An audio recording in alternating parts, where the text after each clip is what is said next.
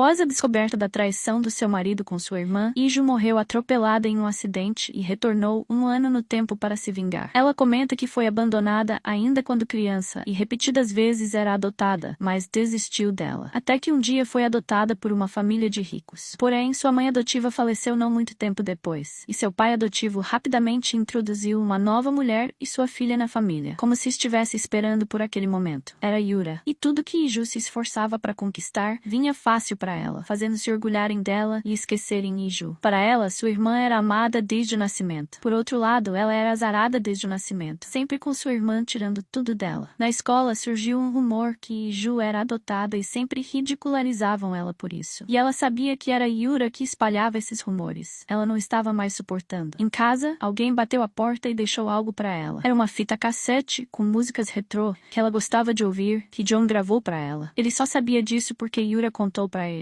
Então ela se casou com Jae-young, mesmo sendo tudo planejado pelos seus pais, que não se importavam com ela. No entanto, naquela época, Jae-young era a única pessoa que era gentil com ela. Até o dia que ela descobriu que seu marido amava sua irmã. E até o fim da sua vida, ela foi enganada pelos dois. Porém, ela retornou um ano e um tempo e acordou no quarto onde Yuri estava. Ela não sabia o que tinha acontecido. Ela havia voltado exatamente no dia de experimentar o vestido de casamento. Yura foi chamada por alguém e teve que sair. Ela comentou que queria tirar fotos com Jill, mas não podia. E Jill ainda estava incrédula, pensando que fosse um sonho. Seu celular mostrava a data de 19 de julho, embora lembrasse de ter morrido em 20 de novembro, data que estava marcada em seu pulso por algum motivo. Ela fala que se realmente voltou no tempo, seu futuro marido e irmã devem pagar pelo que fizeram. Experimentando o vestido, ela pergunta se está pronta. A mulher que estava ajudando diz que sim. E Jill pergunta quantas pessoas já experimentaram vestidos na boutique. A garota não sabia responder. Então ela perguntou quantas pessoas já cancelaram o noivado. E a garota não soube responder também. Ela pediu para deixar pra lá e abriu as cortinas e revelaram como ela estava bela. Ela perguntou a Jong o que ele achava e ele disse que ela estava maravilhosa. Ela respondeu, é mesmo? E de repente jogou o buquê na cara dele, pegou a caneta no bolso dele, rasgou parte do vestido e declarou que o noivado estava cancelado. Parece que as coisas vão começar a pegar fogo agora, hein? Ela cancelou o casamento e jogou o buquê na cara de Jae-young, mas comprou o vestido porque era bonito. Ela prometeu recuperar tudo que é dela por direito nessa nova vida. Ela ligou para uma colega pedindo ajuda para chamar Do-guk e comentou sobre o cancelamento do casamento. A garota ficou boca aberta com a notícia. Iju falou que queria um encontro às cegas com ele e precisava da ajuda da colega, pois ela é a prima dele. A garota perguntou por que ela estava pedindo isso, considerando que nem eram amigas próximas. Ela mencionou que Dogu está saindo com Yura, mas Iju explicou que Jehong gosta de Yura. A garota perguntou se era uma briga entre triângulos amorosos e ficou animada, mas disse que não apresentaria o primo, pois ele era um fanfarrão que rejeitou trabalhar na empresa do pai para jogar e depois criou a própria empresa de jogos. A colega diz que não vai ajudar a menos que Idil se ajoelhe e implore. Idil responde, você não quer me ajudar, mas quer me ver de joelhos? A garota chama de irritante e pergunta o que ganharia com isso. Idil responde que avisará quando a colega precisar sair de uma enrascada. A garota pergunta o que se trata e Idil fala que o namorado dela está traindo ela com uma atriz. A garota desacredita, mas Iju diz que não é de mentir. 2 dias depois, Iju conhece Do-guk, o segundo filho da família da terceira maior empresa do país. Ele mostrou o cartão do quarto do hotel e Iju comentou que ela é pior do que os rumores. Do-guk disse que ouviu que ela era irritante, mas que à primeira vista parece interessante. Iju perguntou se era um teste e ele respondeu que era uma surpresa especial. Ao perguntar o que aconteceria se aceitasse, ele disse que seria ótimo. Iju comentou que não sai com caras que mostram o cartão do hotel no primeiro encontro. Se ela aceitasse, estaria arriscando seu futuro por ela. Iju comentou que não se via no futuro dele. Ele diz, por mim tudo bem. Quando Iju vê sua irmã e Jae-young juntos, ela congela, mas pergunta se os jogos não devem começar com o primeiro round. Eles percebem que Iju está no hotel. Do-guk pergunta, primeiro round, quando Yura vai cumprimentar a irmã, Iju beija Do-guk, deixando os dois boquiabertos. Yura fica furiosa, mas Do-guk gosta e retribui o beijo, fazendo o coração de Iju acelerar.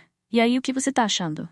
Depois do beijo que Iju deu em Doguk, Yura fingiu não se importar, mas estava furiosa. Yura sugeriu que jantassem juntos, já que se encontraram por coincidência. Iju sorriu e disse que não seria possível, porque precisava usar o cartão do hotel. E Doguk concordou. Yuri e Jong não ficaram nada satisfeitos. Eles entraram no quarto e Iju se desculpa pelo beijo. Doguk pergunta por que ela queria conhecê-lo. Ela responde que era para casarem, pois seria o golpe certeiro para o encontro das cegas. Doguk menciona que Yura e ele já saíram no encontro das cegas. Egil comenta que a irmã parece gostar dele. Ele pergunta se ela só queria se casar com ele, porque a irmã gosta dele. Egil diz que o primeiro vai tomar o homem dela e depois a empresa. Yuji diz que ele precisa casar para que o avô invista na empresa dele, permitindo que vá a público naquele ano, e pergunta se ele topa. Ele pergunta se esse era o prêmio pelo beijo e comenta que ela fala como se soubesse do futuro. O celular de Yuji toca. É Yura, mas ela não atende. Dob que sugere atender. Depois Jong liga e ela também ignora. Ela pergunta se ela não tinha nada para fazer e se não poderia aproveitar a noite. Ele pergunta o que ela disse e ela repete: aproveitar a noite. Ele ri e diz que é o que quer pelo beijo, já que não pretendia apenas dormir. Foi então que ela percebeu que aproveitar a noite tinha um significado mais profundo. Ela se desculpa dizendo que não era sua intenção, mas poderia mudar de ideia se ele conseguisse seduzi-la. Ele comenta que ela trata o casamento como uma negociação e pergunta como isso beneficiaria ele. Ele questiona por que deveria escolher ela em vez de Yura e sugere que ela tente seduzi-lo. Quem sabe ele não mudaria de ideia. Ejo reflete que Doguk é parecido com ela e acha isso interessante. Ela se levanta, pega uma garrafa de vinho e diz que vai ajudá-lo. Comenta que ele deveria comprar a Innova Games em vez da Cadis. Doguk diz que não sabia que ela tinha interesse na empresa dele e pergunta se Jehong tinha algum interesse nela.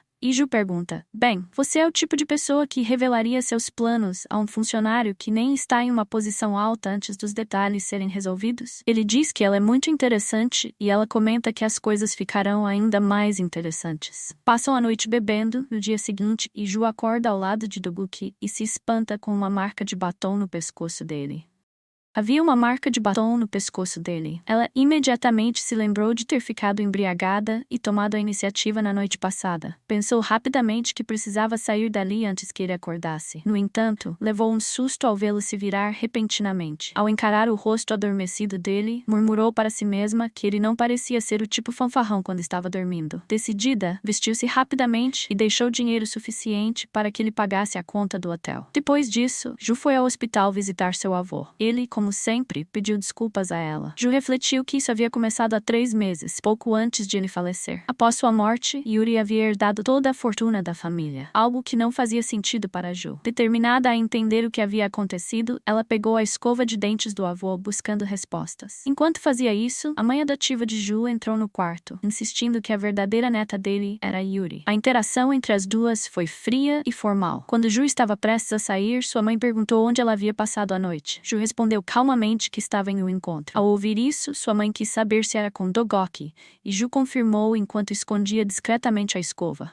Antes de sair, deixou escapar que sua mãe teria boas notícias sobre ela em breve. Enquanto isso, Dogok estava em uma reunião sobre a venda de jogos de sua empresa, mas sua mente vagava. Ele estava distraído, pensando no dinheiro e no bilhete que Ju havia deixado. As lembranças da noite anterior invadiram sua mente. Ele se recordava de Ju, bêbada, perguntando se ele já havia experimentado a sensação de ver sua vida inteira passar diante de seus olhos, como um flash. Confuso com as palavras dela, Dogok ainda tentou entender o que ela quis dizer quando afirmou que desta vez as coisas seriam diferentes. Do nada, ela parou de falar, resmungou algo e anunciou que iria dormir. Surpreendentemente, começou a tirar a roupa bem na frente dele. Chocado, ele perguntou o que ela estava fazendo, ao que ela gritou para ele deixá-la em paz. Preocupado, Dogok tentou pegar um roupão para cobri-la, mas Ju tropeçou e caiu diretamente em seus braços, levando ambos para a cama.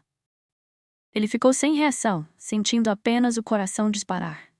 Após ela cair nos braços de Doguk e ser jogado na cama, ele ficou paralisado, sem conseguir reagir, mas tinha certeza de que não era o que estava imaginando. Foi quando a Iju segurou sua cintura, fazendo seu coração disparar. Ele se levantou da cama rapidamente, olhou para ela e a cobriu com um lençol. Nesse momento, ele percebeu uma numeração gravada no pulso dela, como se soubesse de algo importante. Ele então comentou: "Eu nunca quis isso antes, mas acho que agora as coisas serão diferentes, graças a você." Enquanto isso, Doguk aguardava ansiosamente que ela entrasse em contato após a proposta de casamento. Um funcionário se aproximou, perguntando se ele estava distraído por causa do novo relacionamento ou da última reunião. Ele, confuso, perguntou do que o funcionário estava falando. O colega respondeu que era a primeira vez que o via tão perdido e o parabenizou pelo novo relacionamento, mostrando uma notícia no tablet. Ele olhou para a notícia e notou algo estranho. A notícia o mencionava como o segundo filho. O rapaz rebateu, dizendo que esse não era o ponto principal. O funcionário explicou que ele havia sido envolvido em um escândalo e que a origem disso estava ligada à sua prima, que aparentemente escreveu algo problemático. Ele perguntou se o funcionário esteve em contato com ela, ao que ele confirmou. Mais tarde, ele pediu para chamar Sujin ao escritório, mas foi informado de que ela o havia mandado para o inferno. Ele começou a rir alto, pegou seu casaco e anunciou que ia dar uma escapadinha. O funcionário alertou que era tarde demais, pois sua mãe apareceu questionando para onde ele estava indo. Ela comentou que ouviu rumores de que ele estava prestes a se casar e o confrontou. Você nem estava interessado antes. Por que mudou de ideia assim, de repente? E por que Sujin sabia disso antes de mim? Ele respondeu que nem mesmo seu pai sabia ainda. Irritada, ela quis saber o motivo de sua decisão. Ele então pediu ao funcionário que revelasse os apelidos que ele recebia por não ser casado. Hesitante, o funcionário começou. Bem, senhor sem líbido, senhor zero desejos e eunuco. A mãe dele ficou incrédula com o que ouviu, enquanto ele justificava que estava se casando justamente para mudar essa percepção. Ela implorou para ele escolher outra pessoa, mas ele disse que sua decisão estava tomada. Ela o chamou de mentiroso e ele rebateu perguntando por que ela mesma havia se casado com seu pai, sendo considerada amante, já que ele era casado anteriormente. A provocação terminou com um tapa no rosto dele. Ela tentou se retirar, mas ele segurou seu pulso e declarou que iria trabalhar na empresa do pai. Ela o desafiou, perguntando se ele conseguiria enfrentar Jung-wook, e ele garantiu que sim. Prometeu que ficaria ao lado do pai e herdaria toda a fortuna do avô.